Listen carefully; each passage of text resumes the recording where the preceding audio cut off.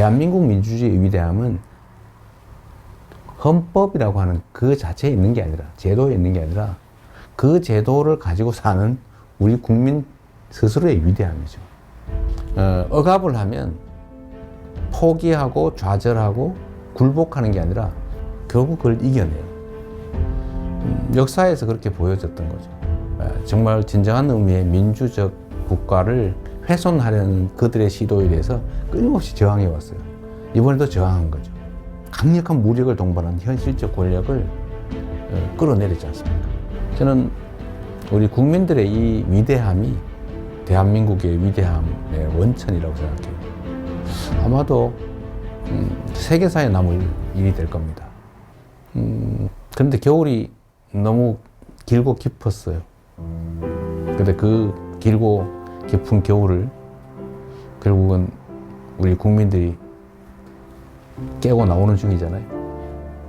아마 겨울이 깊었던 것처럼 봄은 더 따뜻하겠죠. 네. 따뜻한 봄날을 한번 꼭 만들었으면 좋겠습니다. 영원할 것 같던 그 겨울도 가고 이제 봄이 옵니다.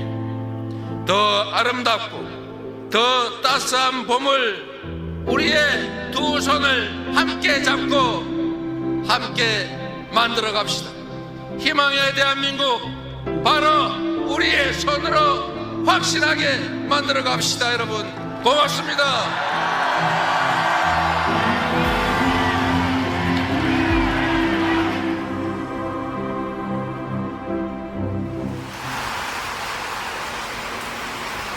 대립 갈등이 지금 아주 크죠. 그런데 그 원인은 뭐냐? 뭐 여러 가지가 있어요. 아주 근본적인 거는 경제적 이유입니다. 먹고 살기가 어려워져서 그래요. 세상 사는 게 힘들어서 그렇습니다. 그런데 왜 그러면 더 잘 살게 됐는데 왜 부족하게 됐냐? 편중됐기 때문이죠. 소위 양극화, 불평등, 격차. 이게 너무 커졌어요. 우리 사회가 총량으로는 과거보다는 더 많은 걸 가지고 있게 됐는데 개별적으로 보면 그게 너무 많이 한 군데 몰려 있습니다. 근데 이게 이제 사실은 갈등의 원인이죠. 지금 우리 경제는 여러 면에서 일종의 사면초가 같은 상태 같습니다. 전 세계적으로 성장률 전체가 떨어지고 있어요. 그리고 경제는 사실 민간 영역만으로는 제대로 유지 발전되기 어려워요. 정부 영역의 역할이 중요한데 지금 거의 3년 동안 정부는 경제를 방치해뒀죠. 이제는 첨단 과학기술에 대한 투자가 중요한 시대가 됐습니다. 근데 문제는 과학기술의 수준이 너무 높아져가지고 개별 기업들이 감당할 수 없는 상황이 됐어요. 그래서 정부 단위의 인력 양성, 또 대대적인 기술 개발, 연구 개발 투자, 스타트업이나 벤처에 대한 대규모 투자. 또 그렇게 하면 다시 또 살아날 수 있습니다. 우리 너무 좌절할 필요 없는 거죠.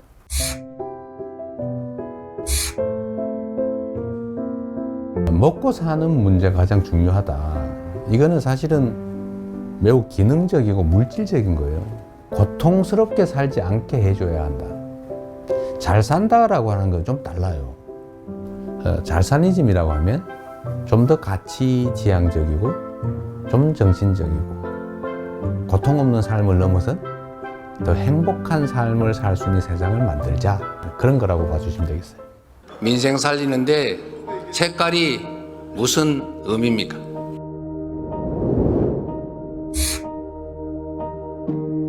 정치라고 하는 것은 현장이죠. 현장에서 국민들의 삶을 놓고 실제로 그 삶을 결정하는 거예요. 그게 빨간색이냐 파란색이냐 아니면 어떤 방법이 정책이 누구의 생각에서 시작된 것이냐 큰 특별한 의미가 없죠. 어떤 게 더 유용하고 어떤 게 더 필요하냐 이게 최고의 기준이 돼야 된다. 제가 정한 원칙이 있어요. 대개 공직자들의 태도를 보니까 중요하고 큰 일을 고민하느라고 작아 보이는 일들을 미뤄둬요. 그러니까 엄청나게 쌓여요. 공직자는 100만 명이 걸린 일이냐 100명이 걸린 일이냐 하면 이 10,000배로 중요한 일이라고 생각하지만 100명이 걸린 일조차도 그 100명은 목숨이 걸린 거예요. 그래서 모든 일이 다 중요하니 작고 쉽고 간단하게 보이는 일을 최대한 빨리 해치운다. 그것도 큰 일을 안 한 건 아니에요. 그건 그것대로 고심하고. 저는 제 업무 책상에 서류가 쌓여 있지 않아요. 안 쌓아놓습니다.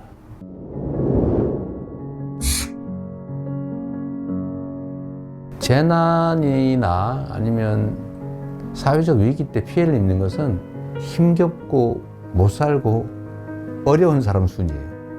사실 그 사회의 문화의 수준이랄까, 그 사회에 대한 평가는 약자들에 대해서 얼마나 많이 관심 갖고 지원하느냐에 달려 있어요. 생명 안전을 유지해야 그 다음 단계, 더 나은 삶, 행복한 삶을 꿈꿀 수 있어요. 그래서 국민의 생명과 안전을 지키는 것은 정부가, 국가가 해야 될 가장 중요한 일입니다. 뭐든지 문제를 생각해 보면 우리가 조금 더 신경을 썼더라면 막을 수 있었던 사고로 보여져요. 누가 얼마나 체계적으로 신속하게 대응하느냐에 따라서 피해는 매우 적을 수도 있어요.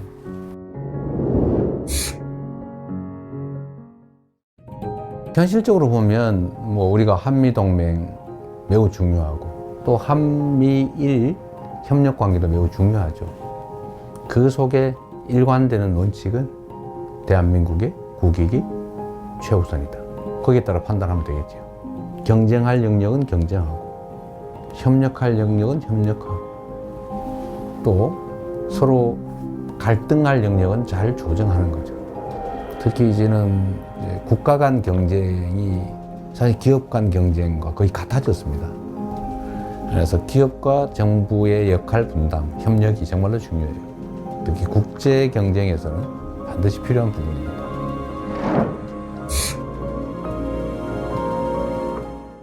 김구 선생이 정말 우리가 먹고 사는 것조차 해결하지 못하는 그 시대에 우리가 꿈꾸는 나라는 문화가 강한 나라다. 문화 강국 얘기를 하셨어요.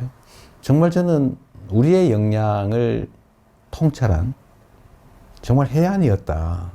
지금 문화 영역에서는 정말 세계를 상당 부분 선도하고 있지 않습니까? 그럼 우리 K컬처, 한류라고 보통 부르지 않습니까? 근데 여기에 더해서 이제는 K민주주의, 아마 이번 2번에 걸친 촛불혁명, 빛의 혁명을 통해서 무혈의 평화혁명으로 현실 권력을 끌어내리는 세계사에 없는 이런 일들이 민주주의의 이름으로 이루어졌지 않습니까? 정말 위대한 민주주의의 힘을 보여준 거죠. 대한민국이 세계를 선도하는 여러 영역들이 있다고 봐요. 저는 이런 것들을 K 이니셔티브라고 좀 통칭하고 싶습니다. 우리가 비록 규모는 적지만 소프트 파워 측면에서는 세계를 여러 영역에서 선도할 수 있겠다는 생각이 들어요. 그런 나라 한번 꼭 만들어 보고 싶어요.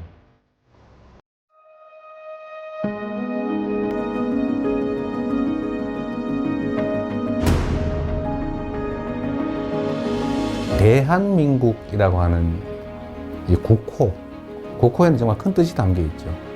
민국, 국민의 나라, 민중의 나라. 이 민자는 백성이죠, 백성. 흰옷 입은 사람들, 평범한 사람들. 이 평범한 사람들의 나라. 그리고 작지만 큰 나라. 많은 사람이 희망을 가지고 행복한 삶을 꿈꾸는 그런 세상이 봄나라 아니겠어요? 진짜 대한민국을 만들고 싶습니다. 그냥 이름만 있는 대한민국이 아니라 진짜 대한민국. 그리고 그 대한민국은 대한국민이 만들어가는 거죠. 그 대한국민의 훌륭한 도구, 최고의 도구, 이재명이 되고 싶습니다.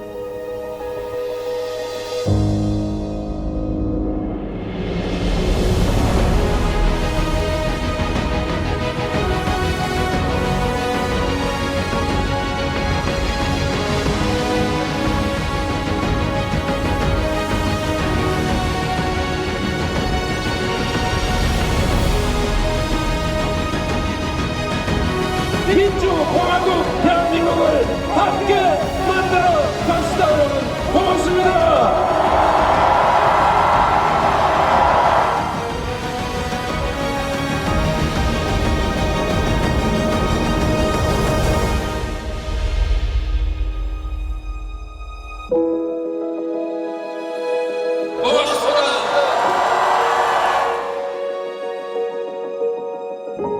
진짜 대한민국을 만들기 위해 대통령 선거에 출마합니다.